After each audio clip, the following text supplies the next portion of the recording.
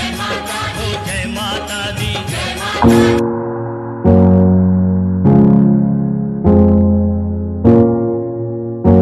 Use करें या हिमकोटी वाला यहाँ आने के बाद।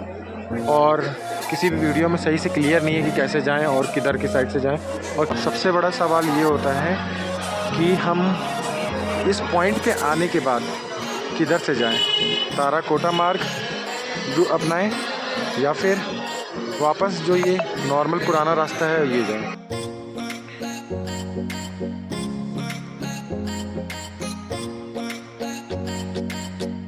ये रूम आप बुकिंग कर सकते हैं, 800 रुपये पर रूम है। लेकिन कंबल वगैरह के लिए भी आपको पर्ची कटवानी पड़ेगी। पर्ची कटवाने के बाद आपको कंबल मिल जाते हैं। यहीं से बैटरी रिक्शा वगैरह मिलती है। और इसी रोटी भी बताते हैं कि माता रानी के लिए पांडवों ने एक बार झंडा लगाया था। ये व्यू वैष्णो देवी में शायद ही आप लोगों ने कभी देखा हो, बाणगंगा का। जहाँ भी देखा होगा आपने भीड़ ही भीड़ देखी होगी। माता के दरबार से हम लोग आते हैं तो थोड़ा ही से आगे आने के बाद ये लिखा होता है प्राचीन शिव गुफा का मार्ग। माता रानी के दरबार में पहुंचने के बाद दो नई गुफाओं में से कौन सी गुफा का प्रयोग करें एंट्री करने के लिए। वैष्णो देवी जम्मू में स्थित त्रिकुट पर्वत पर एक धार्मिक स्थल है जो देवी को समर्पित है। यहाँ पे आदि शक्ति स्वरूप महाकाली, महासरस्वती, महालक्ष्मी त्रेता युग से पिंडी रूप में विराजमान है। वेद पुराणों के हिसाब से ये मंदिर माता के 108 शक्तिपीठों में भी शामिल होता है। यहाँ आने के मुख्यतः दो साधन हैं, एक तो रोडवेज, दूसरा बाई ट्रेन।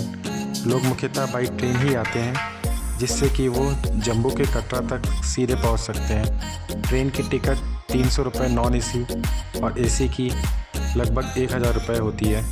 कटरा से आप वैष्णो धाम की यात्रा प्रारंभ कर सकते हैं। हमारी यात्रा की शुरुआत भी हमने दिल्ली से ही की थी।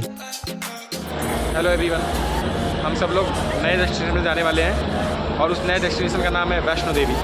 वैष्णो देवी पे इस बार हमारे साथ क्यूट कासवी तो नहीं होगी, पर हमारे साथ होगी हमारी सिस्टर अनुपमा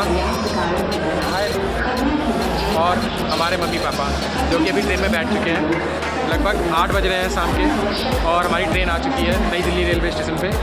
सुबह 8 बजे ये वैष्णो देवी कटरा पहुंच जाएगी। अभी हम लोग ट्रेन में बैठेंगे और देखते हैं आगे फिर कैसे रहेगी हमारी जर्नी। सुबह के लगभग 7 बज गए हैं और हम लोग जम्मू से आगे आ गए हैं। ये रास्ते बहुत ही ज़बरदस्त लग रहे हैं। नीचे पूरे बादल हैं, नदियाँ हैं, पहाड़।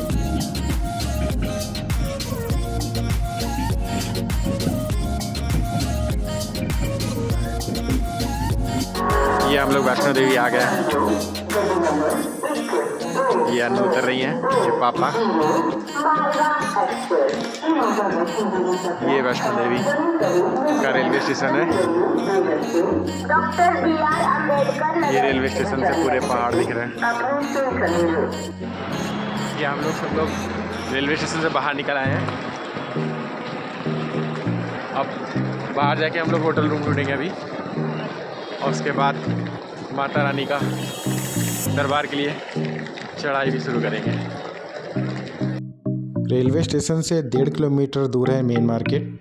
वहाँ पैदल ही जा सकते हैं या फिर बाहर ऑटो स्टैंड से 100 रुपये में आप ऑटो रिज़र्व करके इस चौराहे तक चले जाइए। इसी चौराहे पे माता की यात्रा के लिए रजिस्ट्रेशन भी कराया जाता है। रजिस्ट्रेशन के बाद आपको यात्रा पर्ची मिलेगी जिससे कि आप यात्रा प्रारंभ कर सकते हैं। ये है यहाँ का श्रीधर चौक या फवारा चौक। जहाँ से रेलवे स्टेशन से हम लोगों ने 100 रुपये में टैक्सी कर ली थी और उसके बाद यहाँ आ गए थे हम लोग श्रीधर चौक तक। फिर लगभग रेलवे स्टेशन से 1 से 1.5 किलोमीटर दूर है यहाँ। ये 1.5-2 किलोमीटर दूर होगा। अब यहाँ से एक ये श्रीधर चौक से एक ये यहाँ सामने की तरफ गली गई हुई है और एक ये गली गई हुई है। इन दोनों गलियों में से आप किसी भी गली से जा सकते हैं माता रानी का जो दरबार है उसके वहाँ तक पहुँचने के लिए। फिर इधर एक ये जगह बनी हुई है, यहाँ पे यात्रा पर्ची बनती है, जहाँ पे हम लोग यात्रा पर्ची बनवाएंगे और उसके बाद फिर हम सब लोग अपनी यात्रा की शुरुआत कर सकते हैं। हमने होटल रूम अपनी यहाँ पे ले लिया है, इसी रोड पे आगे जा कर के। ये जो रोड सामने में दिख रही है इस होटल इधर जाकर के लिए लिया है। रूम्स वगैरह आप रेलवे स्टेशन के बाहर भी बहुत से लोग आपको बोलेंगे कि रूम ले लीजिए, बट वहाँ ना लेकर के यहाँ चौराहे के पास में लीजिएगा तो ज़्यादा अच्छा रहेगा, क्योंकि यहाँ से मार्केट भी पास में है और यात्रा पर्ची भी आपको यहीं पे बन जाएगी। और फिर इसके बाद माता रानी के जो दरबार है उसके लिए जो हम लोग की चढ़ाई शुरू होगी वो भी यहीं से शुरू हो जाएगी। सामने जो रोड दिख रही है उधर से, ये यात्रा रजिस्ट्रेशन काउंटर लिखा हुआ है, यहीं से हम अपनी रजिस्ट्रेशन करवा सकते हैं। मैंने ऑनलाइन बुकिंग करके ऑनलाइन यात्रा का रजिस्ट्रेशन कर लिया था। अब यहाँ से एक कार्ड मिलेगा, पर उस यात्रा पर्ची कहते हैं उसको, उसी से फिर हम लोग जाएंगे। आइए अंदर जाके देखते हैं हम क्या करना है इसके बाद। ये अनु जा रही हैं, हम सब लोग ये चलते हैं। ये सामने से अंदर ये बैरिकेडिंग बनी हुई है, इससे एंट्री करेंगे अब हम लोग।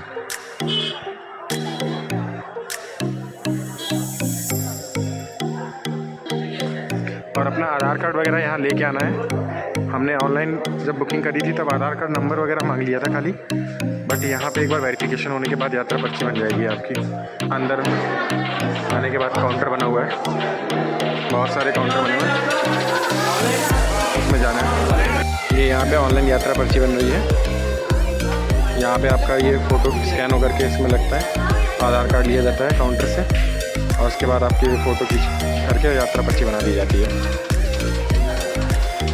आपने ऑनलाइन भी कर रखा हो तो भी अभी इस समय काउंटर पूरे खाली पड़े हुए हैं, ज़्यादा भीड़ नहीं है सुबह सुबह, तो फिर ऐसे ही तुरंत ही आया, तुरंत बन गया हम लोग का। और ये है हमारा यात्रा कार्ड।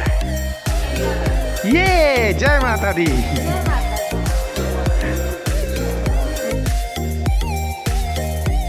ये अनु ने जय माता दी वाला एकदम बैच भी लगा लिया है। और अब हम लोग ये जो श्रीधर चौक है जहाँ पे ये सारा बना हुआ था यात्रा पंजीकरण कक्ष वाला, इसे से वापस अपने होटल की तरफ जा रहे हैं। होटल हम लोगों ने इसी रोड पे आगे ले लिया है। होटल रूम्स भी यहाँ इजीली अवेलेबल हैं, बहुत सस्ते सस्ते हैं। आपको 500 रुपये से भी 500 रुपये से लेके 2000 रुपये तक में बढ़िया बढ़िया होटल मिल जाएंगे। 500 रुपये में भी मतलब आप रीज़नेबल अगर देखना चाहो रूम ठीक ठाक मिल जाएंगे, और 1,500-2 हज़ार रुपये में तो मतलब अच्छे खासे सुविधा के साथ मिल जाएंगे। ये हमारा होटल रूम है। ये चौराहे सामने दिख रहा है, ये श्री गिरिधर चौक। यहाँ से ये सामने बालकनी भी है हमारा। ये रूम्स दिख रहे हैं, ये डबल बेडेड रूम है। ये यहाँ पे जो सामने में हम लोग का दिख रहा था श्रीधर चौक, उससे गली से अंदर आ गए हम लोग। ये अंदर से इसी गली से सीधे चलते चले जाएंगे तो ये पूरा मार्केट बना हुआ है, जहाँ आप बहुत ही सारी चीज़ें हैं, शॉपिंग वॉपिंग कुछ भी कर सकते हैं। और इधर ही अंदर जाके बस थोड़ा सा आगे जाके हमारा होटल भी है। यात्रा पर्ची बनवाने के बाद कुछ देर रेस्ट करके हम सब लोग निकल लिए माता के दरबार की ओर चढ़ाई चढ़ने के लिए। माता के दरबार की चढ़ाई जहाँ से प्रारंभ होती है वो श्रीधर चौक से लगभग 1 किलोमीटर दूर है। आप चाहें तो वहाँ तक पैदल ही जा सकते हैं, बट अगर आपके साथ फैमिली मेम्बर्स या कोई सीनियर सिटीजन्स लोग हैं तो आप वहाँ से 100 रुपये में रिज़र्व करके ऑटो सीधे यहाँ तक चले आइए, क्योंकि बाद में काफ़ी लंबी चढ़ाई भी तो चढ़नी है। इधर चौराहे से हम लोग यहाँ तक आ गए थे ऑटो से, 20-20 रुपये सवारी में यहाँ तक सब लोग को ले आया। देखिए ये मेन द्वार है यहाँ का, है ना। यहाँ से शुरुआत हमारी होगी चढ़ाई की माता रानी के दरबार के लिए। ये इधर से एंट्री हो रही है इस साइड से। यात्रा की शुरुआत होने वाली है। जय माता दी, जय माता दी।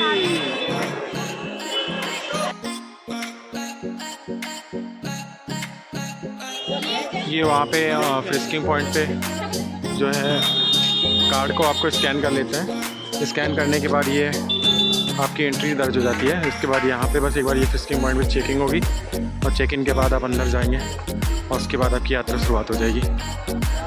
ये हम सभी लोग अंदर आ गए हैं, एंट्री कर ली वहाँ फ्रिस्किंग पॉइंट से। जैसे ही एंट्री करा लगभग आगे 50 मीटर आगे आते ही ये गुलशन गुबार की ये टी सीरीज़ कंपनी शोरूम लिखा हुआ है, जहाँ पे ये कैसेट्स वगैरह गुलशन गुबार जी की हैं, और ये दुकान है काफ़ी बड़ी सी। यहाँ पे ये लिखा हुआ है लंगर का रास्ता। ये नीचे गुलशन गुबार जी का ये नीचे बना हुआ है, यहाँ पे भंडारा चलता है गुलशन गुबार जी का। चलिए चल के देखते हैं। ये भंडारे में हम लोग को इस समय कड़ी चावल पूड़ी और सब्जी मिल रही है, सॉरी दाल है ये।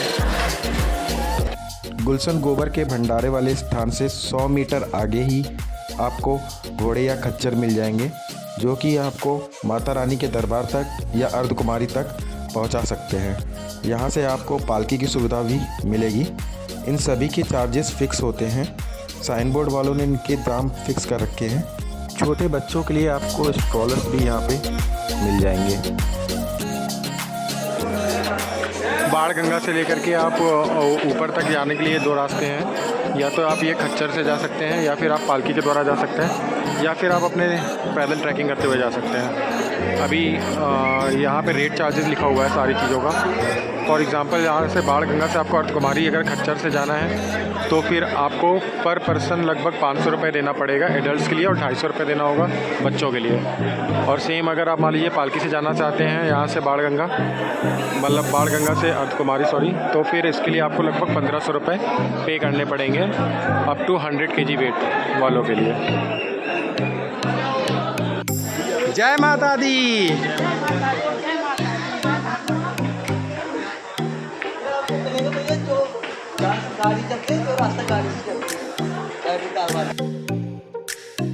ये मम्मी खच्चर पे अपना आराम से चली जा रही हैं। ये बाण गंगा से थोड़ा पहले आप लोगों ने कर लिया था 550 रुपये में। अर्धकुमारी तक जाएंगी अब ये अभी हम मन्नू और पापा निकल चुके हैं आगे। हम लोग पैदल ट्रैकिंग करते हुए जा रहे हैं, क्योंकि थोड़ा मज़ा तो ट्रैकिंग का भी लेना होता है ना। जय माता दी। यात्रा की शुरुआत में मिलेगा बाण गंगा, जिसके बारे में कहा जाता है कि वैष्णो माँ जब हनुमान जी के साथ त्रिकुट पर्वत की ओर चली तब हनुमान जी को रास्ते में प्यास लगने लगी, और उनकी प्यास को बुझाने के लिए माता रानी ने अपने तरकस से एक बाण निकाला और ज़मीन पे मारा। वहाँ से पानी का सृजन होने लगा। इसी जगह को हम बाण गंगा के नाम से जानते हैं। ये यहाँ की बाण गंगा, ये लिखा हुआ है बाण गंगा प्राचीन मंदिर। और नीचे यहाँ पे स्नान किया जा सकता है। यहाँ पे लोग स्नान वगैरह कर रहे हैं। ये देखिए, ये यहाँ पे स्नान वगैरह कर रहे हैं। ये बाण गंगा में स्नान करने के लिए देखिए लेडीज़ों के लिए अलग बना हुआ है, अंदर आप आराम से स्नान कर सकते हैं।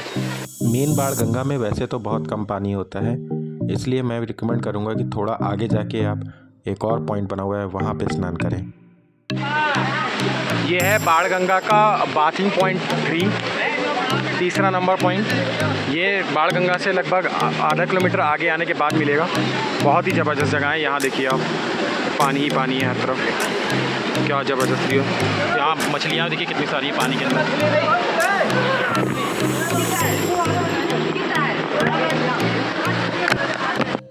बाण गंगा के मेन पॉइंट पे तो पानी काफ़ी कम है, पर स्नान करने के इस पॉइंट पे आपको काफ़ी मात्रा में पानी मिलेगा, जहाँ पे आप स्नान कर सकते हैं। थोड़ी ही ऊंचाई पे जाने के बाद मुझे बाण गंगा का बहुत ही मनोहर दृश्य देखने को मिला। प्रकृति की गोद में बाण गंगा का बहता साफ स्वच्छ पानी।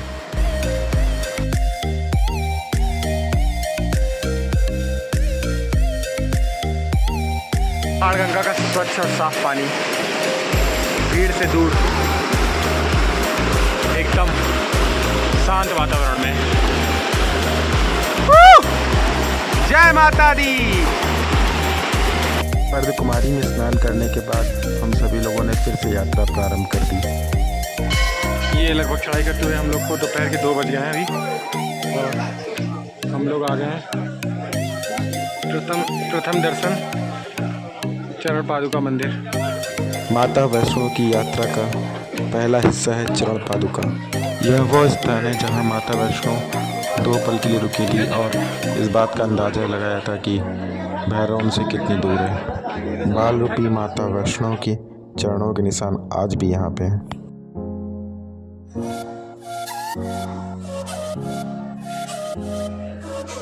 ये माता के दरबार तक जाने के लिए रास्ते में छोटे छोटे व्यूज़, बहुत ही शानदार व्यू।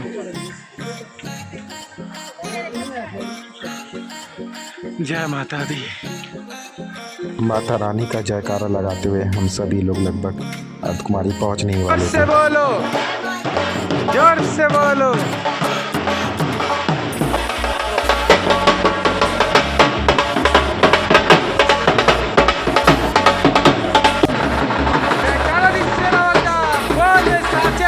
दरबार की जय।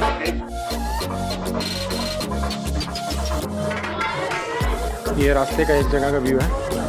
ये कई जगहों पे ना ये छोटी छोटी सी साइन बोर्ड वालों ने ब्रेकफास्ट या नाश्ता करने के लिए स्टॉल्स बना रखी हैं, जिनको 3 से 4 के बीच में ये बंद होता है। अभी हम 3 बज रहे हैं और ये इसलिए इसमें एक बार बंद है थोड़ी देर के लिए। बट यहाँ बहुत ही सही रेट्स पे देखिए, जैसे चाय 10 रुपये में, कॉफ़ी 10 रुपये में और MRP कोई भी चीज़ें, चिप्स, बिस्कुट, ये सब चीज़ें मिल जाती हैं, जो कि आप आराम से यहाँ पे खा पी सकते हैं। हम दोनों लोग थक गए। अर्धकुमारी भी नहीं पहुँचे, अभी हालत ख़राब हो गई हम दोनों लोग की। दोनों लोग थक कर सो गए, रेस्ट कर रहे हैं। रेस्ट करने के बाद हम वापस आगे की चढ़ाई स्टार्ट करेंगे। अभी वापस शुरू करेंगे चढ़ाई। दोनों लोग बहुत थक गए अभी। हाँ, सीढ़ियाँ चढ़ के वही आप आ सकते हो, या फिर ऐसे देखो रास्ते से घूमते हुए भी आ सकते हो। बट रिकमेंड करूँगा सीढ़ियाँ चढ़ के मत आइए। उतरते टाइम सीढ़ियों का यूज़ कर सकते हैं, चढ़ने में सीढ़ियाँ बहुत ज़्यादा थक जाता है इंसान। अभी हम लोग वो जो दूर नीचे रोड्स दिख रही हैं वहाँ से चढ़ाई की थी हम लोगों ने शुरू। काफ़ी ऊंचाई पे आ गए हैं, पर फिर भी अभी अर्धकुमारी नहीं पहुँचे हैं। 6 किलोमीटर की ट्रैकिंग करने के बाद लगभग 3.5 घंटे में हम सभी लोग अर्धकुमारी पहुंच गए। अब लगभग हम लोग अर्धकुमारी पे आ गए हैं। ये सामने दूसरा मंदिर दिख रहा है। 12 बजे हम लोगों ने चढ़ाई शुरू करी थी। अभी लगभग कितना बज रहा है अनु? 3.5 घंटे में हम लोग अर्धकुमारी पे आ गए हैं। ये अर्धकुमारी में आने के बाद यहाँ पे बहुत सारी खाने पीने की दुकानें हैं, जहाँ पे आप खाना पीना भी खा पी सकते हैं।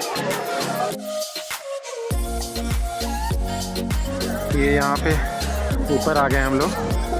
यहाँ पे लिखा हुआ है गर्भजून पर्ची कट। यहाँ पे जो है ना टिकट्स कटती हैं, आपको टिकट्स बनवानी पड़ती है। उसके बाद आपका जब नंबर आएगा तब आपको अंदर गर्भगृह में जाने को मिलेगा। ये अभी 520 लिखा हुआ है वहाँ पे, ग्रुप नंबर 520, तो इसका मतलब ग्रुप नंबर 520 चल रहा है। अर्धकुमारी पहुंच के सबसे पहले आप पर्ची बनवा लें। पर्ची बनवाने के लिए आपको अपने साथ कितने लोग हैं ये बताना पड़ता है और आपको एक ग्रुप नंबर दे दिया जाता है। फिर आप अपने ग्रुप नंबर के आने का वेट करिए और आपका ग्रुप नंबर आते ही आपको गर्भगृह में जाने को दिया जाएगा। अर्धकुमारी गुफा के दर्शन करने के लिए आपको लगभग 12 से 15 घंटे का इंतज़ार भी करना पड़ सकता है। तो अगर आप चाहें तो इस समय में ऊपर जाके मेन माता रानी के दर्शन कर लीजिए और वापसी में गुफा के दर्शन कर सकते हैं। 7 बजे तक के लिए अभी शायद अर्धकुमारी गुफा में जाने का लिए बंद कर दिया गया है। लगभग 4:30 बजे बंद किया गया था और अभी 530 नंबर पे ही रुका हुआ है टोकन नंबर। इसके बाद फिर ये दोबारा 7 बजे से चालू होगा, फिर 530 के आगे ये कंटिन्यू करेंगे। अर्धकुमारी की गुफा और मेन वैष्णो माता की गुफा, ये दोनों ही गुफाएं लगभग सुबह और शाम 4:30 से 7 बजे के बीच में बंद रहती हैं, जिस समय में यहाँ पे आरती और पूजन होता है।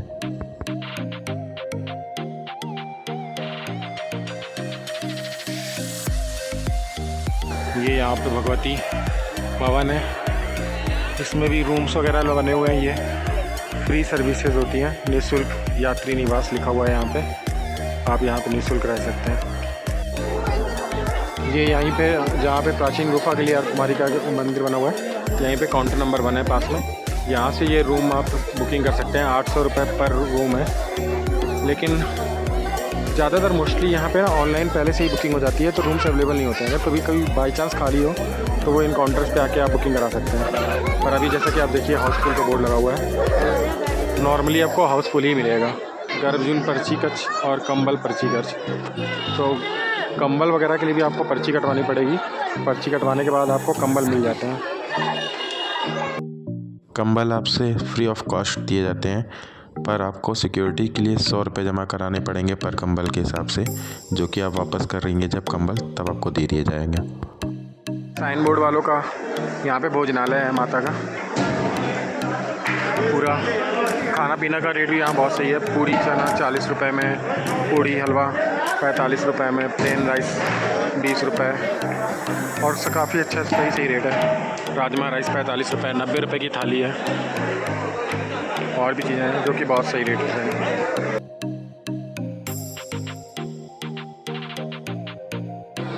ये 15 रुपए में यहाँ पे मिलता है साइन बोर्ड की तरफ से कॉफ़ी, काफ़ी सारी क्वांटिटी होती है। और 30 रुपए में मिले ये सांभर वड़े जो कि बहुत ही टेस्टी है। कंबल हम लोगों ने रेंट पे ले करके 8 घंटे अर्धकुमारी में ही रेस्ट किया और रात्रि के लगभग 1:30 बजे अर्धकुमारी गुफा के दर्शन के लिए हमारा नंबर भी आ गया। अर्धकुमारी की गुफा वाला है और ये यहाँ पे लिखा हुआ भवन की ओर जाने के लिए सांझी छत वाला रास्ता। तो अब कंफ्यूजन सबसे ज़्यादा ये रहता है कि हम सांझी छत वाला रास्ता यूज़ करें या हिमकोटी वाला यहाँ आने के बाद। और किसी भी वीडियो में सही से क्लियर नहीं है कि कैसे जाएं और किधर की साइड से जाएं और क्यों जाएं।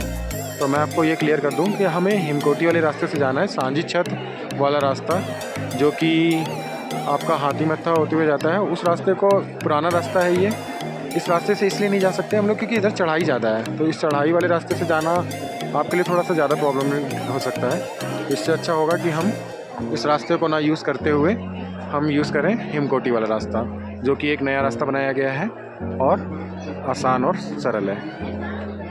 अर्धकुमारी गुफा के दर्शन करने के बाद हम सभी लोग रात्रि विश्राम के लिए वहीं पे रुक गए और सुबह सुबह फिर माता रानी के भवन के लिए चल दिए।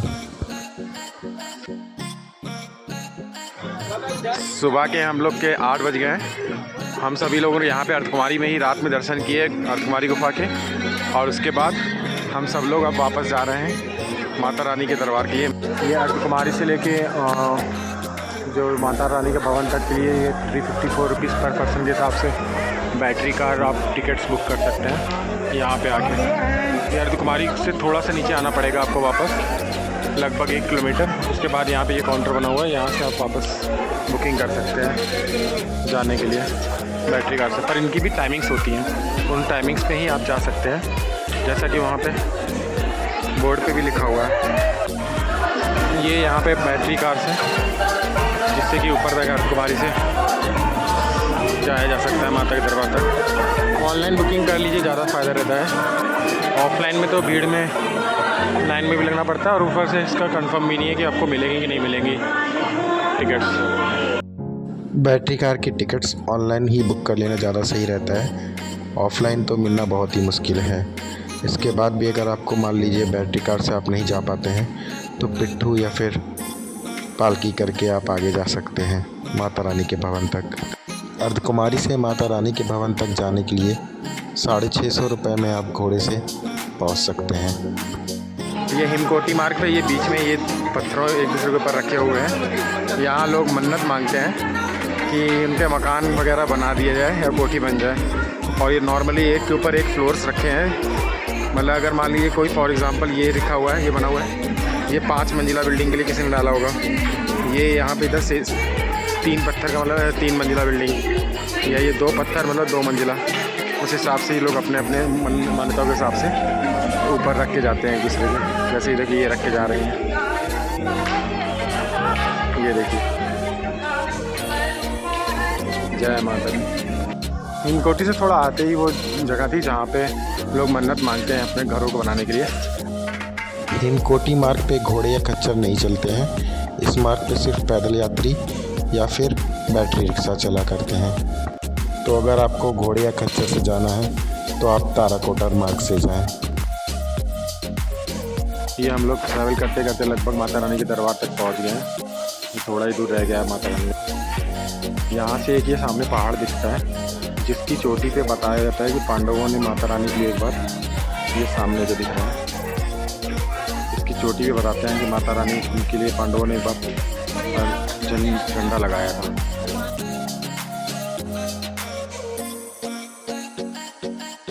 ये यहाँ का मनोकामना भवन है जिसमें कि ऑनलाइन आप बुकिंग कर सकते हैं रुकने के लिए। माता के भवन से लगभग आधा किलोमीटर दूरी है ये। बस इसी के जस्ट सामने ये भोजनालय भी बना हुआ है।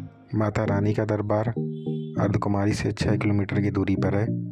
हम सभी लोगों ने सुबह 8 बजे अर्धकुमारी से चलना शुरू किया था और दोपहर के 1 बजे माता रानी के दरबार पहुंच गए थे। माता रानी के दरबार में जाने से पहले अगर आप स्नान करना चाहते हैं या अपना सामान लॉकर में रखना चाहते हैं तो आप मनोकामना भवन में जाके स्नान भी कर सकते हैं और वहां अपना सामान भी रख सकते हैं। लॉकर सुविधा या फिर स्नान करने के लिए आपको कोई चार्ज देने की ज़रूरत नहीं है, वो साइन बोर्ड द्वारा फ्री ऑफ कॉस्ट रखा गया है। 14 किलोमीटर की लंबी चढ़ाई करने के बाद हम सभी लोगों को माता रानी के दर्शन हो गए। जय माता दी। माता रानी के दरबार में दर्शन करने के बाद अगर आप धाम में रात को रुकना भी चाहते हैं तो फिर मनोकामना भवन, पार्वती भवन या फिर दुर्गा भवन में रूम रेंट पे अवेलेबल होते हैं। हालांकि ये रूम ज़्यादातर ऑनलाइन पहले से ही बुक हो जाते हैं, तो आप कंबल रेंट पे ले लीजिए। और इन सभी जगहों पे बड़े बड़े हॉल भी बने हुए हैं जिसमें आप रात में रुक सकते हैं। माता रानी के दरबार में अगर जाना हो तो सुबह 7-8 बजे के लगभग या सुबह जल्दी में आने के बाद दर्शन बहुत आराम से मिल जाते हैं। हम लोगों ने सुबह दर्शन कर लिया था, पूरा खाली पड़ा हुआ था। और अब देखिए कितनी लंबी लाइन लगी हुई है, बहुत पीछे से लाइन लगी हुई है। अभी भी ये लाइन लंबी बहुत लगी हुई है, काफ़ी ज़्यादा बड़ी लाइन है ये देखिए। और जब हम लोग गए थे तो ये सारा काउंटर खाली पड़ा हुआ था, कोई भी नहीं था, एक भी नंबर नहीं। वैसे मेन ये एंट्री पॉइंट है, यहाँ से एंट्री होती है। इसको कहते हैं स्काई वॉक। स्काई वॉक से आप एंट्री करके रास्ता बना हुआ है, लगभग आधा किलोमीटर इसमें चलने के बाद मेन गुफा आ जाती है। ये स्काई वॉक बना हुआ है, ये अंदर ही अंदर जाते हैं। एंट्री गेट नंबर 3 कहते हैं वैसे इसको बेसिकली। यहाँ से आप एंट्री करेंगे और फिर इसी ऊपर चलते चले जाएंगे माता की गुफा के लिए। माता के दरबार से हम लोग आते हैं तो थोड़ा ही सा आगे आने के बाद ये लिखा होता है प्राचीन शिव गुफा का मार्केट। प्राचीन शिव गुफा है नीचे, जहाँ पे आप शिव भगवान की एक प्राचीन सी गुफा है नीचे। वीडियोग्राफी या फोटोग्राफी वहाँ अलाउड नहीं है, इसलिए वहाँ नहीं जाऊँगा। और 99 सीढ़ियाँ हैं ये टोटल। उतरने के बाद यहाँ नीचे वो गुफा मिल जाती है। थोड़ा सा ही आगे है माता रानी के दरबार से आगे आने के। वहाँ दर्शन करने के बाद आप यहाँ पे भी आके दर्शन कर सकते हैं। अभी भवन से के रिश्ते जाओ, इधर से आने के बाद ये आप लिखा हुआ है यहाँ पे वे टू भैरव मार्ग। तो आप चाहो तो इधर से भैरव जी के दर्शन करने के लिए जा सकते हैं ट्रैकिंग करते हुए। या फिर इसके बगल से ये नीचे की तरफ जो रास्ता गया हुआ है, ये सामने नीचे की तरफ एक ये लिखा है वे टू भैरव मार्ग, वो ऊपर पैदल रास्ता है। बट इधर अगर आप पैदल चले जाएंगे नीचे तो वहाँ पे थोड़ा सा आगे जाके केबल कार वगैरह लगी हुई है, वहाँ से केबल कार के थ्रू आप जा सकते हैं ऊपर भैरव बाबा तक दर्शन पाने के लिए। जो मनोकामना भवन बना हुआ है इसी के सामने ये रोपवे के लिए टिकट्स का काउंटर बना हुआ है, जहाँ से आप टिकट ले सकते हैं। माता रानी के दरबार में दर्शन करने के बाद भैरव बाबा के दर्शन के लिए हम सभी लोग केबल कार के द्वारा चल दिए। केबल कार की टिकट 100 रुपये पर पर्सन होती है, जिसमें कि आना और जाना दोनों इंक्लूडेड होता है।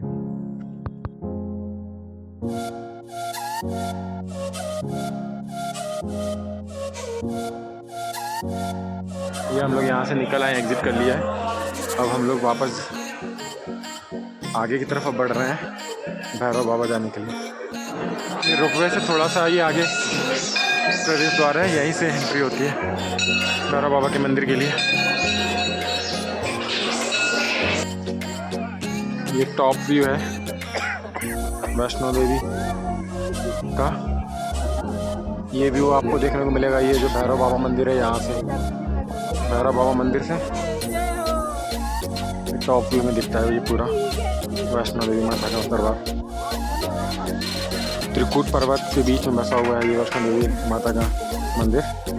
ये देखिए पर्वत भी आपको दिख रहे होंगे, 1 2 3।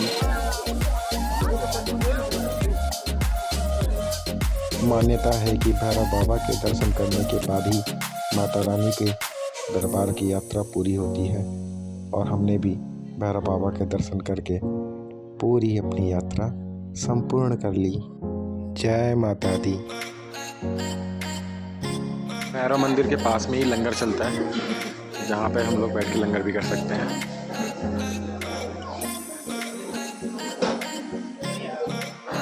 ये अब हमारा भैरव बाबा का लंगर हम लोगों ने कर लिया है। ये मंदिर के जस्ट बगल में ही है और ये जहाँ लंगर का है इसी के जस्ट बगल में रोपवे से नीचे उतरने के लिए है। यहाँ से आप नीचे उतर के जा सकते हैं वापस उसी टिकट से, जो कि 100 रुपीज़ प्राइस होता है रोपवे टिकट का, उसी टिकट से आप वापस भी जा सकते हैं। यात्रा पूरी होने के बाद अब समय था अपने होटल वापस पहुंचने का। भैरव बाबा के दर्शन करने के बाद रोपवे से ही हम वापस नीचे आ गए। रोपवे से नीचे उतरने के बाद हम सभी लोग वापस कटरा की ओर जाने वाले थे। अब या तो हम सभी लोग साझी छत रास्ते से जाते या हिमकोटी, तो मैंने मम्मी और हन्नू को घोड़ा कर दिया जो कि सांझी छत रास्ते से उनको नीचे ले गया और हम और पापा पैदल हिमकोटी मार्ग से नीचे की ओर माता रानी का जयकारा करते हुए चल दिए। माता रानी के दरबार से नीचे कटरा तक ले जाने के लिए घोड़े वाले ने 1250 रुपये पर पर्सन लिया। ये इस समय इतनी जल्दी लंबी लाइन इसलिए और लगी हुई है क्योंकि ये समय आरती का हो गया माता का। 5:30 बजे से लेकर 8 बजे तक दर्शन बंद हो जाते हैं, सुबह के और शाम के दोनों टाइम, क्योंकि उस टाइम पे माता रानी का आरती होती है। इसलिए अब इसकी वजह से देखिए कितनी लंबी लाइन लग गई है अभी यहाँ पे, क्योंकि अभी आरती हो रही है माता रानी की। और अब सबसे बड़ा सवाल कि हम ऊपर से आने के बाद जौन से मार्ग से वापस नीचे उतरें, ये ताराकोटा मार्ग या फिर चरण पादुका मार्ग। ताराकोटा मार्ग नया वाला मार्ग है, ये यहाँ पे लगभग दिखा रहा है 4.2 किलोमीटर दूर लंगर, और उसके आगे है और दूर जाना पड़ेगा कटरा के लिए लगभग। और एक ये पुराना वाला मार्ग है जिसे कि चरण पादुका मार्ग कहते हैं, इस मार्ग से जाएं। तो मैं रिकमेंड करूँगा कि आप चरण पादुका मार्ग को यूज़ करें, ये थोड़ा पास पड़ेगा। रह गई बात ताराकोटा मार्ग या नए वाले मार्ग की, तो ये मार्ग साफ़ सुथरा है, इसलिए लोग इस वाले रास्ते से जाना चाहते हैं तो जा सकते हैं। साफ़ सुथरा है, इधर खच्चर घोड़े वगैरह नहीं चलते हैं। लेकिन अगर आप मान लीजिए ज़्यादातर थकी जाते हैं वहाँ से पैदल आने पे, तो अगर आप पैदल आके थक जाते हैं और आपको शॉर्टेस्ट रूट चाहिए तो आप पुराना वाला मार्ग जो कि चरण पादुका मार्ग है उससे जाइए। मैंने भी यही वाला मार्ग अपना रहा हूँ। मैंने लगभग सुबह शाम के 6 बजे 6:30 बजे मैंने शुरू किया था, अपनी माता के दरबार से उतरना शुरू किया था, और 8 बज रहे हैं। 1.5 घंटे में मैं अर्धकुमारी पे आ गया हूँ। अब ये देखिए जहाँ से वो वाला रास्ता मैं दिखा रहा था, साफ़ सुथरा रास्ता रहता है बहुत। ये इधर प्लेन पैदल भी आना है और इधर से ही खच्चर भी आ रहे हैं। तो ये जो पुराना वाला रास्ता है ये इधर से दोनों चले जाते हैं, लेकिन ये रास्ता पड़ता पास में है, तो थोड़ा सा डिस्टेंस कम पड़ती है। तो अब आपके ऊपर डिपेंड करता है आप कैसे जाना चाहते हैं। इस रास्ते में थोड़ा सा बस ये है कि प्रॉब्लम थोड़ी सी ये आती है, जैसे खच्चर वगैरह बीच बीच में आते ही रहते हैं। ये देखिए जैसे सामने से खच्चर आ रहा है, आपको थोड़ा बीच बीच में रुकना पड़ेगा। इस साइड से खच्चर आ रहे हैं और पालकी वगैरह भी आ रही हैं, तो इस तरह की चीज़ें हैं बस। लेकिन शॉर्टकट रास्ता तो यही है। अब उतरते टाइम आप देखिए इस रास्ते पे पुराने वाले मार्ग में सीढ़ियाँ वगैरह भी पड़ती रहती हैं, तो आप चाहो तो सीढ़ियों से भी उतर सकते हो। चढ़ने में तो सीढ़ियाँ बहुत दिक्कत होती हैं, गलती से भी मत चढ़िएगा, लेकिन उतरने के लिए आप यूज़ कर सकते हैं इन सीढ़ियों को। डिस्टेंस कम हो जाएगी काफ़ी, और जीने उतरने में ज़्यादा प्रॉब्लम नहीं होती है, तो उतर के आप पहुँच सकते हैं। तो मैं भी अब जीने उतर के ही जाऊँगा। जय माता। रात के 10:15 बजे हम लोग नीचे आ गए हैं, और 6:30 पे शुरू किया था हम लोगों ने कटरा से नीचे उतरना। मैं जल्दी नीचे उतर आया था। मम्मी पापा और अन्नू को हमने घोड़ी से उतरवा दिया था। अब ये साइड में एक रास्ता है, इधर साइड में जो ये दिख रहा है, लोग निकल के आ रहे हैं इधर साइड से। और ये ऊपर जो है, ऊपर में जो वाइट सी मीनार दिख रही है, इधर से एंट्री होती है। ये यहाँ पे निकलने के बाद नीचे ऑटो लगे होते हैं, रिज़र्व करके आप 260 रुपये में आप अपने होटल तक जा सकते हैं, कटरा में कहीं भी होटल हो। और ये मेन एंट्री वाला पॉइंट है, यहाँ से ही हम लोगों ने एंट्री करी थी, और यहाँ से एग्ज़िट। अब हमारी माता रानी का जो दर्शन थे वो पूरे हो गए, और अब यहीं पे हमारी यात्रा समाप्त होती है। मिलते हैं आपसे नेक्स्ट वीडियो में। हमारे चैनल क्यूट कास्वी को सब्सक्राइब करना ना भूलिएगा और इस वीडियो को लाइक शेयर ज़रूर करिएगा। जय माता दी। Thanks for watching my YouTube channel Cute Kasvi. Like, share and subscribe to my channel. Jai Mata Di.